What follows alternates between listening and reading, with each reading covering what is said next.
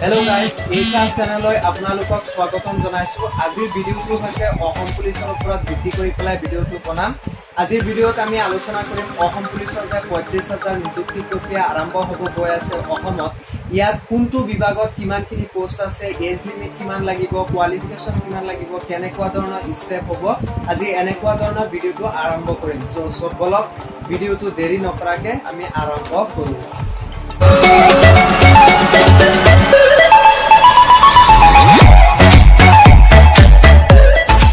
বন্ধু বান্ধৱীসকল, আপোনালোকে গমেই পাইছে অসম পুলিচত ৩৫,০০০ নিযুক্তি প্ৰক্ৰিয়া আৰম্ভ হ'ব গৈ আছে।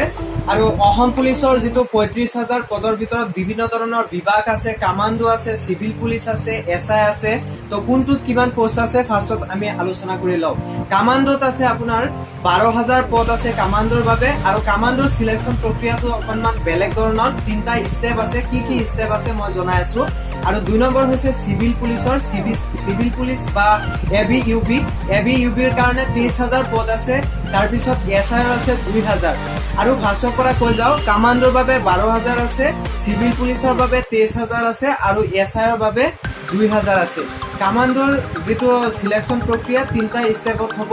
ফাৰ্ষ্ট ষ্টেপটো হৈছে আপুনি অসম পুলিচৰ এজন সদস্য হ'ব লাগিব। ২ নম্বৰ কথা, অসম পুলিচৰ এজন সদস্য হ'ব লাগিব, নাইবা আপুনি ABUB পাছ কৰা হ'ব লাগিব। দ্বিতীয় কথাটো হ'ল ইয়াৰ যিটো এজ ৰিলেকশ্যন বা ইয়াৰ যিটো এজ আছে, এজটো হ'ব আপোনাৰ ১৮ বছৰৰ পৰা ৩৫ বছৰলৈকে। আৰু SC ST সেইটো কেটাগৰীৰ কাৰণে যিমানখিনি এজ ৰিলেক্সেশ্যন আছে সেইটো পাই যাব, কোনো প্ৰব্লেম নাই। আৰু ৱেইটটো হ'ব আপোনাৰ 60 kg হ'ব লাগিব আৰু হাইটটো হ'ব 165 cm হ'বই লাগিব। দ্বিতীয় কথাটো হ'ল আপোনাৰ যিটো ছাৰ্ভিচটো চাব, বা আপুনি যদি অসম পুলিচত চাকৰি কৰি আছিল তাৰ ছাৰ্ভিচ ৰেকৰ্ডটো কেনেকুৱা, বা ABUB আপুনি যিটো ইণ্টাৰভিউ হ'ল সেইটো পাছ কৰিলে যে তাৰ ছাৰ্ভিচটো কেনেকুৱা, সেই ছাৰ্ভিচ ৰেকৰ্ডটো চোৱা হ'ব। তাতে আপোনাৰ মেডিকেল, ফিজিকেল কোৱালিফিকেশ্যন চাই ল'ব কামাণ্ডো পদৰ বাবে। তাৰপিছত ৩ নম্বৰ ষ্টেপটো হ'ল এডভান্স। এইখিনি হোৱাৰ পাছতে আপোনাক এডভান্স ট্ৰেইনিং চেণ্টাৰলৈ আপোনাক পঠিওৱা হ'ব আৰু তাতে পাছ কৰিলে আপুনি অসমৰ যিটো ব্লেক পেন্থাৰ কামাণ্ডো বেটেলিয়নত তাত নিযুক্তি পাব। তৃতীয় কথাটো হ'ল চিভিল পুলিচত আপোনালোকে গম পাইছে ২৩,০০০ পদ আছে আৰু ইয়াৰ যিটো এজ লিমিট হয় ১৮ৰ পৰা ২৮ বছৰলৈকে। আৰু SIৰ যিটো এজ লিমিট হয় ১৮ৰ পৰা ২৮ বছৰলৈকে। তো ইয়াত কোনো সমস্যা নাই।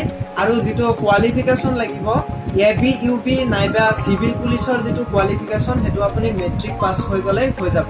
আৰু কামাণ্ডোৰ বাবে গম পালে আপুনি কি কি লাগিব। আকৌ এবাৰ এইটো কৈ দিছোঁ, কামাণ্ডোৰ যিটো নিযুক্তি প্ৰক্ৰিয়া হয় এইটো 3টা ষ্টেপত হ'ব। ফাৰ্ষ্ট ষ্টেপটো হ'ল আপুনি অসম পুলিচৰ এজন সদস্য হ'ব লাগিব, নাইবা ABUB যিটো ইণ্টাৰভিউ দিছে এই ইণ্টাৰভিউটো পাছ কৰা হ'ব লাগিব।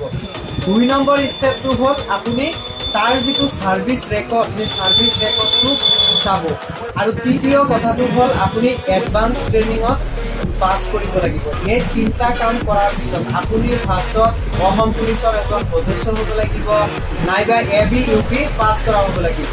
নাম্বাৰ 1, নাম্বাৰ 2 ছাৰ্ভিচ ৰেকৰ্ড চোৱা হ'ব, নাম্বাৰ 3 আপুনি এডভান্স ট্ৰেইনিংটো সেইটো পাছ কৰিব লাগিব। এই 3টা ষ্টেপ। বন্ধু বান্ধৱীসকল, এইখিনিতে আৰু এটা কথা ক'ব বিচাৰোঁ যে মোৰ চেনেলটো যোনে ছাবস্ক্ৰাইব কৰা নাই প্লিজ ছাবস্ক্ৰাইব কৰি ল'ব আৰু বেল আইকনটো প্ৰেছ কৰিব, কিয়নো মই এনেকুৱা ধৰণৰ ভিডিঅ' দি থাকিম।